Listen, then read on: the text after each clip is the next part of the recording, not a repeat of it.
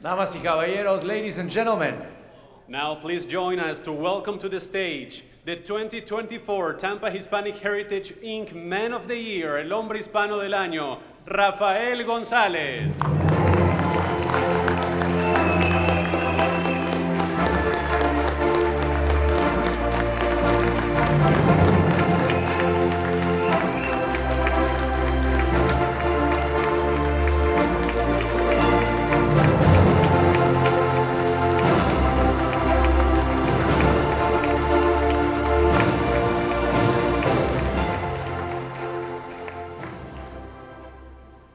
Good evening. Good evening. You've given the lawyer the room. Oh my God, you're all in trouble now. Just like Andrea, I want to start my comments here by thanking Maria and Maribel. I just could not imagine this incredible journey without both of them by our side. You have each made this entire experience richer, sweeter, more enjoyable, and incredibly more fun. So thank you guys. I just love you. Thank you so much. Thank you to the Hispanic Heritage Inc. and its board of directors for this once-in-a-lifetime moment and experience. Our family is forever grateful and appreciative for this humbling recognition. Thank you so much. It really means such a great deal to us. And I also want to say thanks to Andrea. I just could not imagine, Andrea, going through this experience with anyone else. I've learned so much about you, who you are, what you're all about.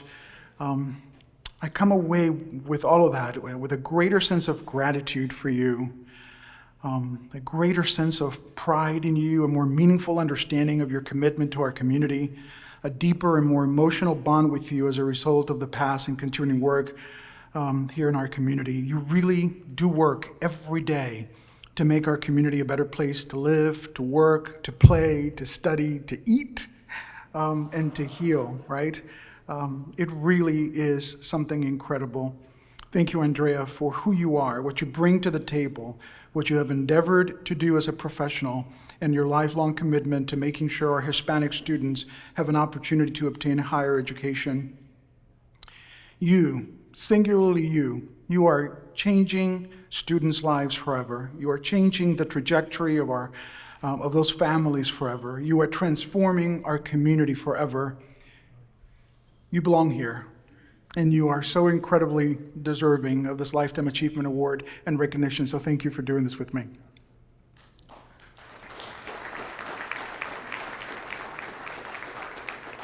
I have been attending this gala since 1990. I remember in 1992 when Matilda Martinez Garcia, someone that I served on a couple of councils with, somebody that I just respected immensely. She had been a 50-year plus employee of the Social Security Administration. I remember that year when she received this recognition. I was here in 93 when Tampa's legal icon, the Honorable E.J. Salcinas, was named Hispanic Man of the Year. I was here in 96 when Adela, when your grandmother received this award, just an amazing recognition. I was here in 97 when one of our more respected educators, Dr. Liana Fernandez-Fox, received this recognition. In 99 when Marucci, and I think I saw her earlier, Marucci, thank you so much for being here, when she became Hispanic Woman of the Year. I was here when Donna Perino in 2000 became Hispanic Woman of the Year, and in 2003 when the Honorable Virginia Covington also received this recognition. I was here in 2005 when one of my personal mentors, a man I just regard in the highest, Jose Valiente, became Hispanic Man of the Year. Jose, thank you so much for being here. It's so incredibly grateful to you for the example that you've always provided. These are folks, I remember in 2006 when Richard Gunsmart received this recognition, in 2016 when Patsy Sanchez from the University of South Florida was also recognized. In 18, and you saw her on camera, when my fellow FSU Knoll, Audrey Kalina, received this recognition. These are just amazing folks, the foundational individuals in our community. Here closer to us, when Betty Villamontes and Simon Canasi received their awards, when Grace Maceta Sainz and Anthony Perez, both of whom are here, I'm so grateful to both of them for their leadership and their example. And last year, when Catalina Botero Lovett and Dr. Ray Ortiz received their honors, these are individuals I love them, I respect them, I admire them. They have given so much to our community. So for me to be here tonight, for Andrea, for both of us to do this together, what an incredible honor, what an incredible legacy, incredible history. We have said it many times over the last couple of months and a lot of the interviews that we have done together. When we look at this list of folks that have previously received this great recognition, it's a list of the most important, the most integral, the foundational, committed to serving our Hispanic community members. We are overjoyed. We are grateful. We're thankful, so incredibly appreciative to be a part of this incredible list now. So thank you so much for adding our names to this list. We have a lot of shoulders that we're standing on, and hopefully we'll be here for a while longer to be able to do even better things. I think as you've already heard today, I was born in Havana, Cuba in 1964. Communism had taken everything from us, our home, our store, our freedom, to a great degree our dignity, but it never took our hope to be free, our dream to live in peace, and our desire to grow and to prosper and to become. By herself, solita, by herself, on her own, my mother, Miriam Lara, sacrificed everything in her life, her family, her dreams, her aspirations, so that my brother and I could have an opportunity to live in freedom, so that we could go to law school, so that we could become, and she called it men of peace, men of words. We landed in Madrid, Spain, not knowing whether we would ever return to our home again, whether she would ever see her parents or her sister.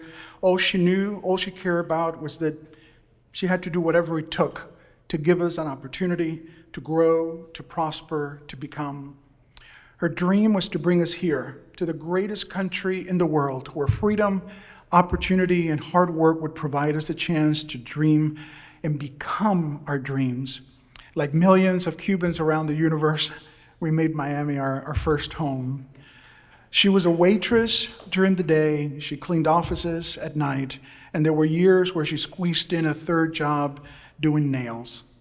All of it, never a complaint, all of it, with one purpose, so that my brother and I could go to school, so we could study, so we could learn, so we could grow, so we could become. She truly believed that an education could change a single life, and that it could change the trajectory of our entire family forever, that it could transform an entire community as she saw it before her. I graduated from Miami Senior High in 1983. Her dream had become mine. So I shared in that belief, and off to the University of Florida I went. I know there's lots of Gators in the house. Go Gators.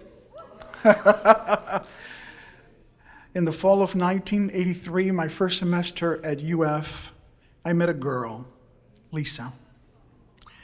Literally, just a few days into that first semester, she was smart, genuine, gentle, caring, loving, nurturing. I fell head over heels, madly in love with her immediately. Still am today. Over 40 years later, she remains the center of my life, my all, my best friend. She's my reason, my everything. All I've ever managed to do, all I have accomplished, it is because of her. Her love, her care, her tranquility, her balance, her sense of fairness, her devotion to our family. I can't say thank you enough, Lisa. Thank you. I love you.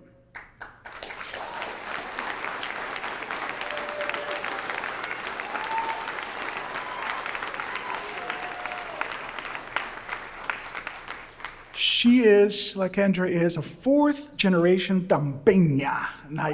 And I'm talking, she is of Cuban, Spanish, and Sicilian descent, right, Marianne? So, ladies and gentlemen, do not mess around with Lisa Gonzalez. You don't want to get her upset. She is Tampa. She is our history. She's our heritage. She's our culture. Her mom and dad, Mary Ann, who's here with us tonight, and Robert, born and raised in Ybor City, proud graduates of OLPH, University of Tampa for Mary Ann, Emory-Riddle for Robert. They became my second set of parents. Love them, respect them, just admire them both. They were married over 60 years. They became, for me, that example of what a happy and healthy marriage of decency, respect, honor, and commitment to each other. We lost Dad a couple of years ago, but I can never say thanks enough to both of them for showing us, for being that incredible example to us of what a true happy marriage could be, should be for all of us. So thank you, Mary Ann, for your love and for your support, for always showing us the way. And Robbie, thank you so much for sharing them both with us. I really appreciate you letting them borrow them both. After graduating from UF, went to law school at Florida State University. I know there's some Noles in the house as well. Go Noles.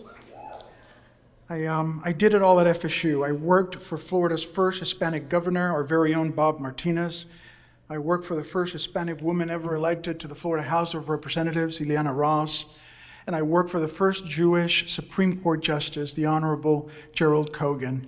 It was at FSU as a result of these executive branch, legislative, and judicial experiences where I learned all about workers' compensation and Social Security and Medicare and Medicaid systems and processes established to help the poor, the elderly, and the disabled.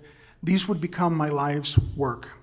These would become the areas that I would practice in, write about, speak about, present about, teach about, still doing that 40 years later here today. After graduating from law school, Lisa and I headed back to Tampa. We both knew that this is where we wanted to raise a family, establish roots, practice, teach, and serve. We welcomed Alex to our family in 1994 and Andres in 1999. They both attended Brandon Academy. We loved it at Brandon Academy. Ultimately, Alex graduated from Tampa Prep and Andres from Bell Creek Academy. Alex went on to University of Central Florida. I know there's some Knights also in the room, so go Knights. Watching our boys grow, become young men, and now responsible, caring, loving adults has been our greatest accomplishment, our greatest joy, our greatest pride. Thank you, Alex and Andres, for making our lives complete. And Kim, thank you. Thank you for being a part of our extended family here. We love you, just love you. I began to practice law in these areas of workers' comp and Social Security, Medicare, and Medicaid, and immediately, once we came here to Tampa, began to look for opportunities to serve by sharing my academic experiences. For 4 years, I volunteered at Hillsborough Community College teaching political science. I then volunteered at the University of Tampa, and for 3 years, I taught a freshman course comparing our Social Security system to that of many countries around the world. Just loved it. For 4 years, I then volunteered at Stetson College of Law and began to teach there as well. It was while teaching at Stetson that I learned about Dr. Jay Wolfson. Jay, are you still in the house?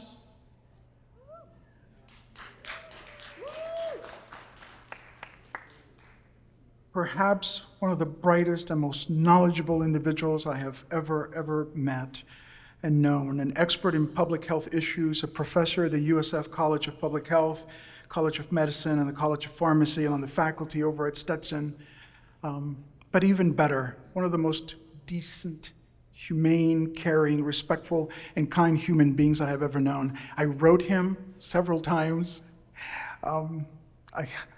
I begged him. I just wanted to be a part of his classes. I wanted to learn from him. I wanted to follow his teachings and his example. And he opened the door to me. He actually provided me an opportunity. So over the next several years, he allowed me to come into his classes and teach his students all about workers' comp and Social Security and Medicare and Medicaid. I watched him. I listened to him. I learned from him. I fell in love with academics and public health and USF because of Jay. So thank you, Jay, for your example, for your mentorship, your professionalism, your expertise, your gentleness, your kindness. Thank you so much. You have been such an incredible mentor and an example. Really appreciate you. Thank you so much.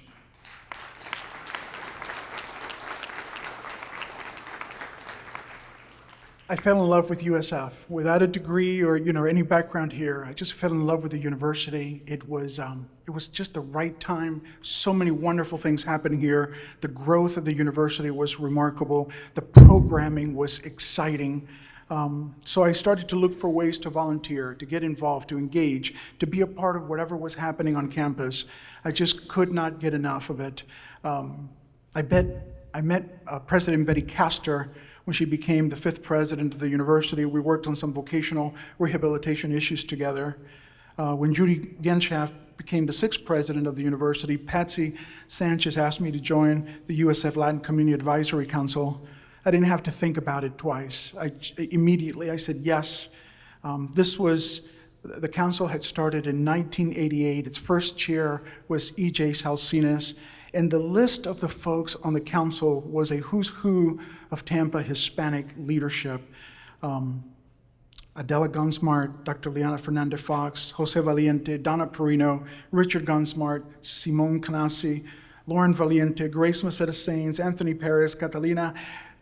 I mean, it just was the most amazing place and collection of the highest leadership, of Hispanic leadership here in Tampa. So immediately I said yes, whatever they needed me to do. It really has been my greatest honor, my highest pride, civic pride, to serve on the Latino Community Advisory Council for the University of South Florida. I currently serve as chair of that under President Ria Law, who I just admire incredibly and have known for more than 25 years here in our community. Together with many of the most incredible individuals sitting here tonight and many of the most amazing organizations also here tonight, that Latino Scholarship Program has provided over $5 million in scholarships to over 900 students. Just an amazing thing to think about, and then with nearly 100% graduation rate. It really is the greatest example throughout the country of what our Hispanic community can do to help our own to rise and to become.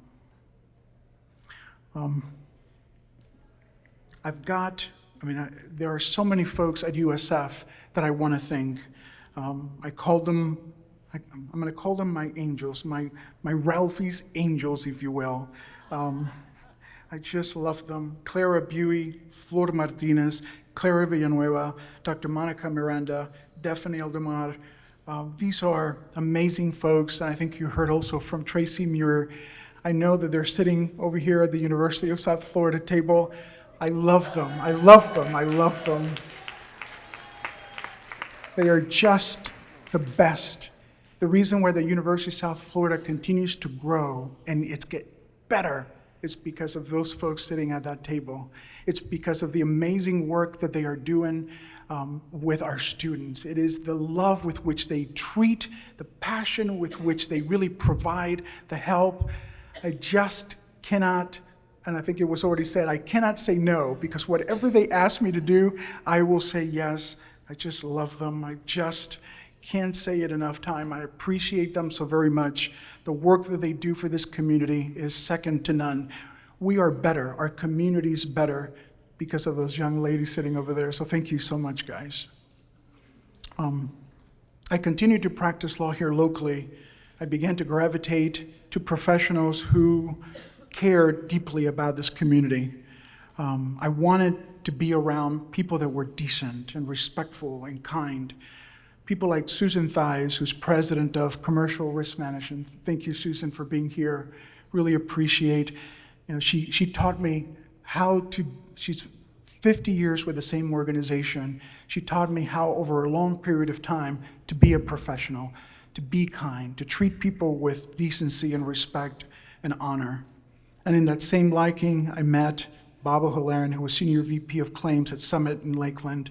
I also learned from him, right, as Chief Officer of Claims at one of the largest workers' comp insurers, not just in the state of Florida, but in the entire country, what it meant to do right, what it meant to, again, treat people with decency and respect and honor.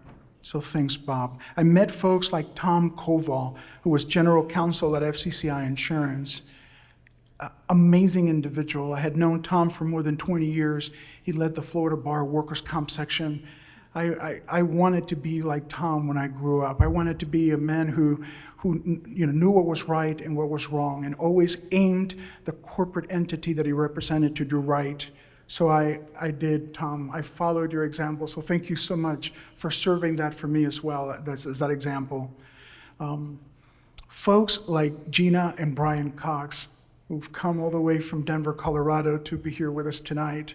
They're just the most amazing folks in the world. These are good people, honest folks who do incredible work and really serve the communities well. So thanks, Gina. Thanks, Brian, for making it all the way there. You mean so much to me personally.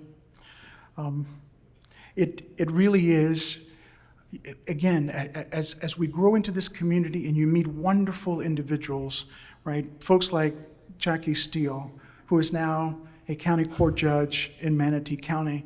I've known Jackie since she graduated from law school at Florida State. She was a workers' comp practitioner on the defense side for many, many years. And here, I think the last 3 or 4 years, has become a judge. She taught me, right, how to be an advocate, but yet be gentle enough. How to make sure that you're representing your client zealously, but still treat folks with decency and respect. She taught me that you can be a decision maker, you can even be a judge, and still always be kind and respectful to others. So thank you, Jackie, for being here. I really, really appreciate it. Thank you so much for serving as that example for me.